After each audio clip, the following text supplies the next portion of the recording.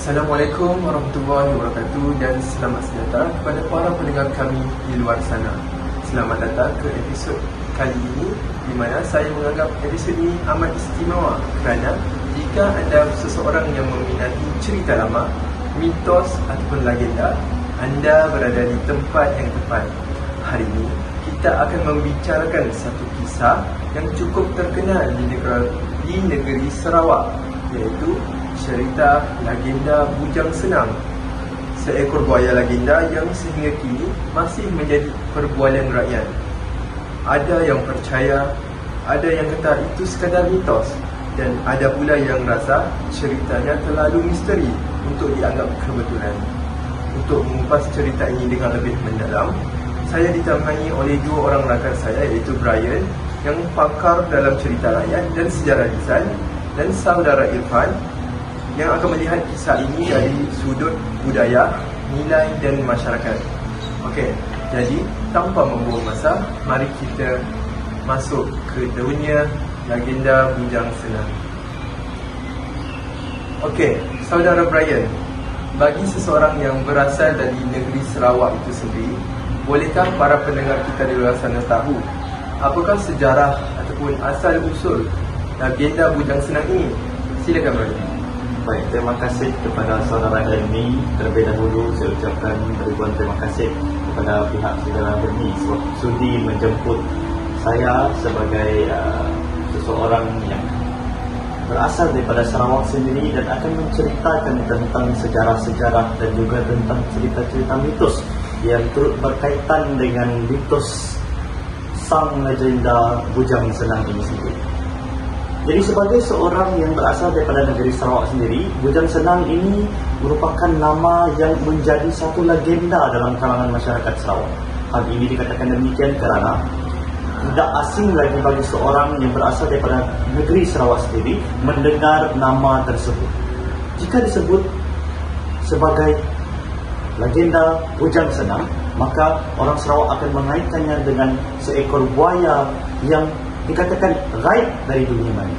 Jadi di sini saya ingin menceritakan asal usul bagaimana cerita dan juga latar belakang mitos cerita buaya Bujang Senang ini.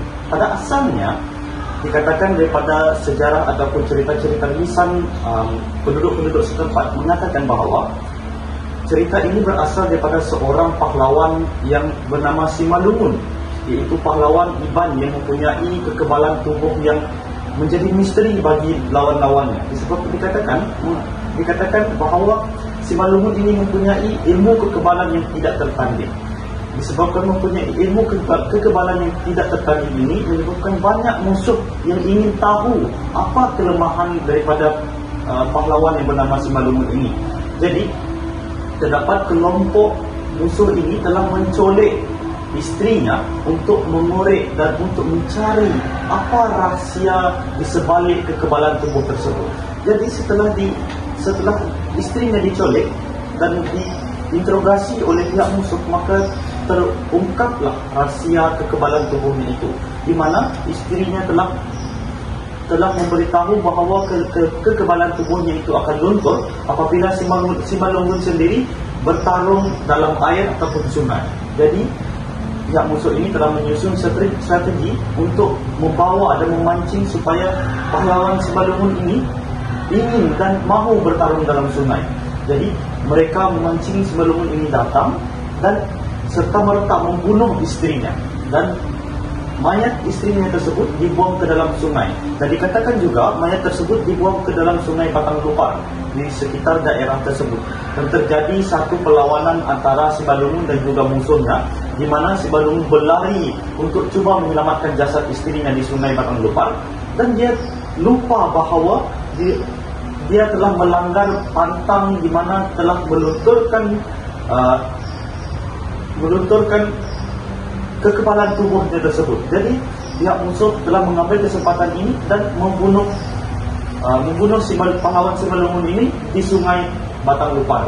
Dan disebabkan jasadnya telah mati di sungai Batang Lupar beserta isterinya, dikatakan rohnya tersebut berada dalam keadaan berdendam dan disumpah oleh dewa yang berada dikatakan dewa yang berada di Sungai Batang Lupar itu sendiri menjadi seekor buaya yang menyimpan dendam dan akan membalas dendam dalam bentuk buaya kepada keturunan-keturunan musuhnya tersebut. Menarik sekali cerita yang diceritakan oleh saudara Brian, di mana cerita ini bukan sekadar fantasi, tetapi sebenarnya ada aspek sejarah dan kepercayaan lama. Ini menunjukkan bagaimana masyarakat Iban menggunakan cerita rakyat ini untuk meneruskan sejarah dan pengajaran kepada generasi akan datang. Okey, kita pergi pula kepada saudara Irfan. Itu rakan saya yang kedua. Okey, saudara Irfan, saya ingin bertanya kepada anda, mengapa masyarakat dahulu sering mengaitkan alam seperti sungai dan hutan dengan semangat atau roh penjaga dalam kisah-kisah lama? Silakan saudara. Terima kasih kepada saudara moderator kita pada hari ini berkenaan dengan soalan yang sangat menarik untuk kita uraikan dan kita rungkaikan. Yang pertama sekali ini saya memberitahu kepada kalian semua bahawa masyarakat kita yang tinggal terdahulu sebenarnya sangat rapat dan dekat sekali dengan alam.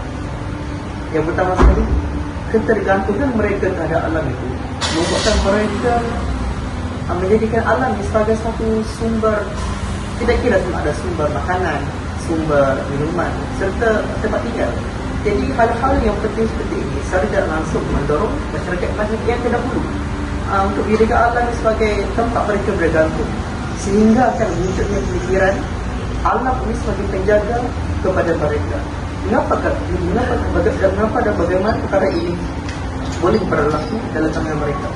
Pertama sekali kita perlu faham bahawa alam ini boleh jadi satu tempat wujudnya satu kepercayaan yang di mana kita semua sudah tahu dan sudah maklum bahawa kepercayaan animism dalam kalangan masyarakat terdahulu yang menjadikan alam ini sebagai tempat untuk mereka memohon, untuk tempat untuk mereka menyembah, kerana salah satu elemen ketuhanan ataupun elemen untuk mereka sembah itu yang paling dekat kepada mereka itu seperti alam.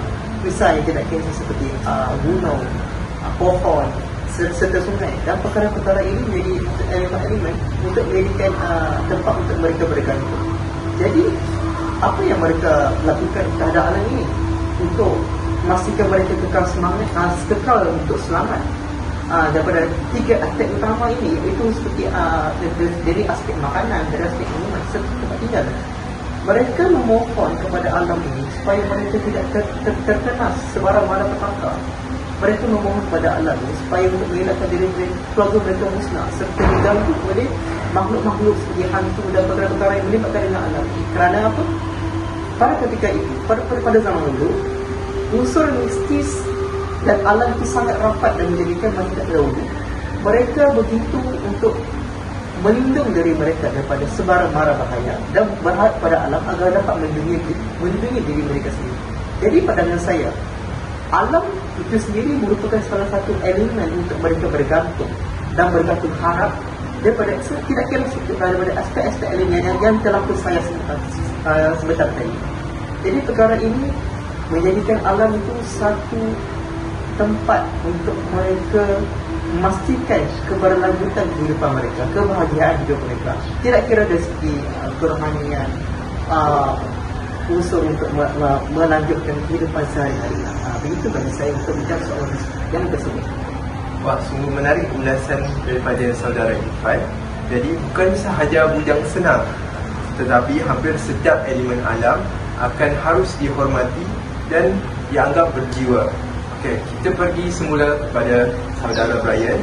Saudara Brian, pada pandangan anda, adakah cerita legenda ini masih diceritakan kepada generasi-generasi muda pada masa kini? Silakan saudara. Baiklah, jika kita lihat daripada aspek dinilai daripada aspek sejarah, cerita ataupun mitos legenda tentang bujang senang ini sendiri, bukan sahaja pada pandangan saya sendiri, namun secara logika dan juga dilihat secara majoritinya, cerita ini masih menjadi bualan dan juga masih dijadikan cerita lisan mulut ke mulut, terutama dalam kalangan orang-orang Iban sendiri yang berada di daerah kawasan Sungai Batang Lupar itu sendiri, kerana ini melambangkan satu identiti atau juga satu gambaran bagi mereka bahawa ini adalah cerita rakyat mereka sendiri, cerita asal usul tempat mereka itu sendiri. Jadi pada pandangan saya bahawa cerita ini bukan sahaja bermula daripada kisah cerita rakyat itu sendiri, tetapi daripada tragedi yang berlaku. Kita lihat daripada peristiwa-peristiwa yang berlaku yang melibatkan tentang makhluk buaya ini. Dikatakan pada tahun 1942 dan juga tahun seterusnya mengatakan, terdapat catatan mengatakan bahawa kemunculan dan serangan buaya telah berlaku pada masa tersebut, dan dilibatkan kisah ini dengan kisah serangan buaya Bujang Senang, kerana mereka mengatakan buaya yang menyerang penduduk pada masa itu mempunyai sifat yang sama seperti yang diceritakan oleh cerita-cerita mitos itu sendiri, yang mempunyai ciri seperti mempunyai garis putih di belakang buaya tersebut, dan juga mempunyai saiz badan yang besar. Itu yang diceritakan dalam cerita mitos tersebut. Dan juga daripada cerita ini mereka mengaitkan dengan tragedi yang terjadi di kawasan tersebut. Jadi mereka mengatakan buaya yang menyerang penduduk itu adalah buaya Bujang Senang, dan membangkitkan kembali cerita mitos itu sendiri. Dan apabila seterusnya berlaku, mulai reda tragedi dan kejadian-kejadian tersebut, menjelang pada tahun 1988 berlaku lagi serangan terhadap seorang penduduk di sekitar kawasan Rumah Panjang di Sungai Batang Lupar itu sendiri, yaitu serangan terhadap penghulu Rumah Panjang Bangan pada masa itu. Dan ketika itu dikatakan serangan berlaku disebabkan mereka berdua sedang menjalankan aktivitas sebagai seorang nelayan dan menangkap udang. Dan kisah ini berlaku apabila semakin heboh apabila mereka diserang oleh buaya, dan buaya tersebut dikatakan mempunyai identiti dan juga ciri-ciri yang sama dengan yang dikatakan dalam cerita mitos Bujang Senang itu sendiri, dan bangkit kembali cerita ini sebagai kisah legenda mitos Bujang Senang itu sendiri. Dan secara tidak langsungnya cerita ini menjadi bualan mulut orang sebagai satu keterkaitan mereka dengan kisah-kisah dan terjadi dan kejadian yang berlaku di sekitar mereka. Terima kasih Brian. Jadi, walaupun zaman sudah berubah, warisan cerita rakyat ini tetap diteruskan. Ini menunjukkan bahawa identiti dan budaya masyarakat Sarawak tetap dikekalkan walaupun tidak ditelan zaman. Okey, kita kembali semula kepada saudara Irfan. Saudara Irfan, saya ingin bertanya, apakah persepsi anda tentang pandangan sesetengah manusia di mana mereka menganggap warisan cerita lama legenda Bujang Senang ini hanyalah sekadar hiburan semata-mata? Ya, sebenarnya saya bersetuju dengan statement ini. Yang pertama sekali, kita perlu faham bahawa legenda Bujang Senang ini merupakan satu mitos yang begitu menarik, yang di mana nilai komersialnya sebenarnya sangat tinggi dalam masyarakat. Kerana apa? Nilai-nilai yang terdapat dalam kisah ini, kira-kira daripada awal, pertengahan, sehingga akhir dari cerita ini, mungkin ini nilai-nilai serta membuatkan ramai orang teruja-uja, membuatkan orang suka akan cerita ini. Kerana apa saya kata begitu? Bagaimana orang zaman dulu boleh berfikir untuk menanyakan satu cerita mitos untuk jadikan satu sandaran untuk sangkapan moral kepada masyarakat. Jadi perkara ini tidaklah kita untuk mengatakan satu kisah ini sebagai yang tidak relevan, kerana bagaimana cerita ini boleh sampai sehingga ke hari ini. Jadi ini menunjukkan bahawa elemen atau nilai yang sangat kuat daripada kisah Bujang Senang ini menjadikan masyarakat sangat tertarik, sehingga ini tetap dijadikan satu santapan didikan kepada masyarakat sehingga hari ini. Yang pertama sekali, kita perlu faham bagaimana di sebalik daripada kisah Bujang Senang itu terdapat nilai-nilai moral yang dapat kita belajar bahawa elemen hiburan yang diberikan kepada masyarakat pada ketika itu turut diberikan secara di sebalik, iaitu artinya apa kebaikan yang dapat kepada masyarakat apabila mereka mendengar kisah ini. Nilai-nilai moral ini secara tidak langsung dapat membentuk karakter sebuah masyarakat ini, dapat membentuk bagaimana masyarakat itu berfikir. Daripada kisah ini dapat menunjukkan bahawa masyarakat itu dapat menjadi satu masyarakat yang majmuk serta berkualiti, dan apabila mereka memahami dengan penuh nilai dan kesabaran daripada setiap pengajaran yang tergantung daripada kisah itu.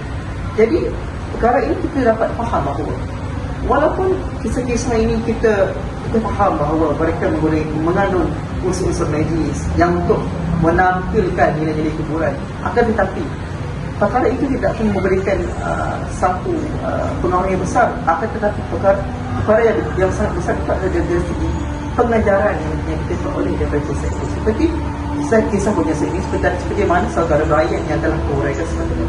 Jadi begitu saja yang berkaitan. Okay.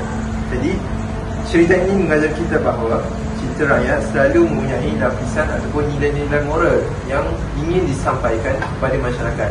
Saya ada membuat sedikit pencarian di mana cerita Legenda Bujang Senang ini amat diminati ataupun amat popular di negeri Sarawak, sehingga ada sebuah pasukan bola sepak yang menggunakan nama Bujang Senang ini sebagai nama pasukan mereka. Jadi tidak hairanlah cerita ini amat popular di negeri Sarawak dan masih menjadi bualan masyarakat sehingga hari ini.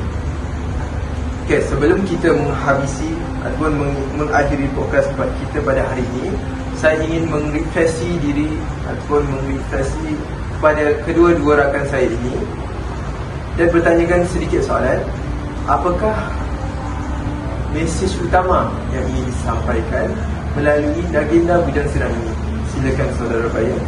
Okey, daripada kisah yang kita baca dan kita tahu tentang Bujang Senang ini, kisah-kisah yang kita dengar tentang legenda ataupun mitos yang kita dengar ini, kita tidaklah patut menelaah ataupun mengambil sebulat-bulat cerita yang kita dengar menjadi satu panduan kepada diri kita. Namun kita lihat daripada aspek elemen-elemen sastra yang ingin disampaikan dalam mitos itu sendiri dan mengambil elemen supaya menjadi pengajaran hidup kepada kita. Seperti kita ambil bahagian ceritanya, iaitu tentang kisah Bujang Senang itu sendiri, di mana berlaku disebabkan perasaan dendam dan dengki itu sendiri. Jadi daripada pengajaran ini kita ambil elemen ini supaya menerapkan pada diri kita supaya tidak wujudnya rasa dendam dan juga dengki kepada orang lain. Dan juga kisah ini ingin menyampaikan kepada kita bahawa kepercayaan kita kepada orang adalah satu tonggak utama kita untuk menjadi satu masyarakat yang hidup serumpun dalam sesebuah negara. Itu saja refleksi daripada saya. Okay. Saudara Jepang pula? Bagi saya, tidak kisahlah kisah daripada Bujang Senang ke, Bawang Merah Bawang Putih ke, setiap cerita itu mempunyai nilai yang kita boleh peroleh daripada sebuah cerita itu. Kerana apa? Daripada cerita kita mitos ini, cerita legenda ini merupakan satu kisah yang sangat boleh dijadikan satu identiti sesebuah masyarakat itu. Kerana apa saya kata begitu? Bagaimana sebuah cerita itu dapat menunjukkan bagaimana cara masyarakat terdahulu yang berfikir. Cara masyarakat terdahulu berfikir untuk mendidik sebuah anak bangsa mereka supaya dapat membentuk pemikiran yang baik serta memupuk nilai menghormati antara satu sama lain. Tidak kira nilai menghormati kepada alam sekitar, sanak saudara serta banyak lagi makhluk hidup yang telah pun diciptakan oleh Tuhan, perlu kita hormati. Jadi perkara ini secara langsung menunjukkan bahawa bagaimana cerita ini sangat-sangat lengkap, sangat-sangat untuk membentuk nilai serta jati diri kepada kita agar sentiasa bahagia, agar sentiasa menunjukkan teladan yang baik melalui kisah-kisah seperti Bujang Senang sebentar tadi. Itu saja bagi saya. Okey, terima kasih kepada kedua-dua refleksi yang diberikan. Saya rasa itu sahaja podcast kami pada hari ini. Terima kasih kepada dua-dua rakan karib saya ini, jelaslah bahawa agenda budak senam ini bukan sahaja cerita rakyat, namun ia merupakan cerminan budaya, identiti dan hubungan manusia dengan alam. Semoga pendengar mendapat manfaat dan lebih menghargai warisan kita pada masa akan datang. Jadi sekian sahaja persembahan sastra dan fonetik kami pada hari ini. Saya, Muhammad Khalil, selaku moderator anda, ingin mengucapkan terima kasih dan jumpa lagi.